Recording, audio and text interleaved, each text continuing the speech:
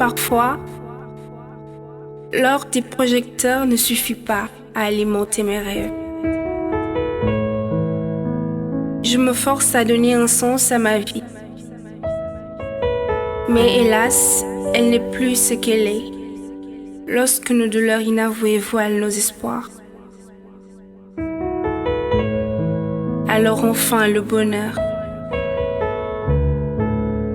Nous faisons de notre vie un spectacle inouï, où chacun a une objection à émettre, une vérité à omettre, pour mieux se fondre dans ce décor fait d'illusions volages et d'hypocrisie meurtrière.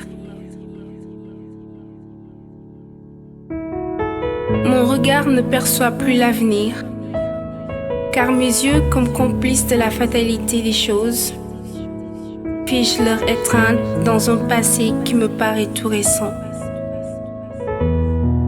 Je peux encore sentir ses mains froides s'attarder sur mon intimité.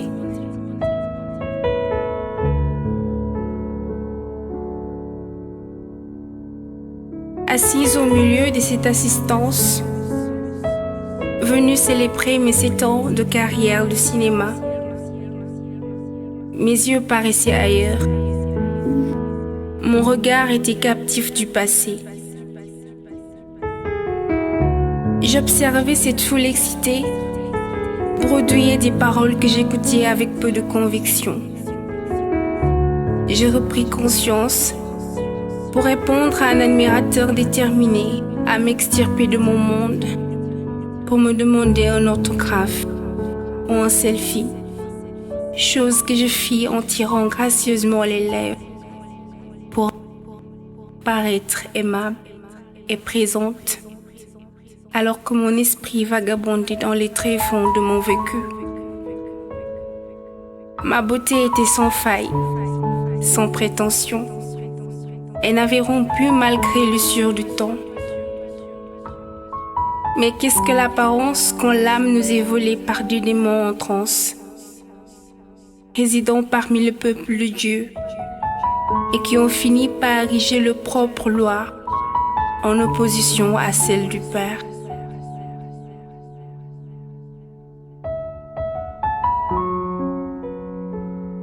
Quand on meurt la vie, on s'accroche inconsciemment à un survivolage. Je survis depuis ce jour, quand ma mère, l'air de rien, m'a conduite chez Mamie Yacine, une vieille femme de 83 ans, édentée, le visage défiguré par les rides et une vision à rude épreuve. Elle devait procéder à un semblant d'intervention chirurgicale, consistant à me coudre les lèvres du vagin dans le souci de préserver ma virginité jusqu'au mariage. Sa case empestait le tabac et une odeur âcre dont je ne connais toujours pas l'origine. Certaines filles venues avant moi disaient qu'elle était une sorcière et qu'elle conservait le reste de son butin sous sa natte, enfoui sous terre, ce qui lui donnait cette odeur. Des histoires d'enfants, je suppose aujourd'hui, pour accentuer leur peur certainement.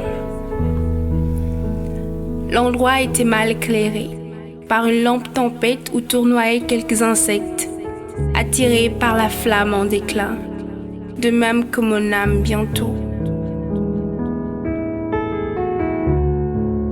Des objets aigus et tranchants, mal conservés pour la majorité rouillés, étaient disposés en vrac, à même le sol. Sous ce spectacle qui prédisait l'horreur, mère m'empoigna fortement le bras, de peur que je ne m'échappe. Mais j'étais tellement agrippée au visage apeurant de la vieille que la paralysie s'empara de ma mobilité. Mamie Yacine lui fit un geste de la main et m'intima à m'approcher. J'étais hypnotisée par l'angoisse. J'avais déjà vu beaucoup de mes amis suivre la norme, entrer dans cette case et en ressortir l'innocence baignant dans leurs larmes. Je ne fis pas exception à la règle. Nous étions comme des damnés livrés à un sort irréversible. Des filles sont mutilées chaque seconde pour rendre honneur à des hommes qui les battront sûrement. Je constate que tout mal n'est pas forcément du mal dominant, mais que la méprise d'une mère nourrit l'ego des hommes. Moi, ils m'ont volé le droit de porter en mon sein, de concevoir le fruit de mes entrailles, d'aimer mon moi en miniature. Il y a de ces jours où je sens mon cœur battre si fort à la hâte, sans effort physique, faisant trembler chaque parcelle de mon corps comme feraient des danseurs en perversion rythmique sur un sol impuissant. Je suis pareil à ce sol. Je me sens abattue, angoissée par mes plus proches convivants. Aujourd'hui, j'ai fui pour endormir mon passé.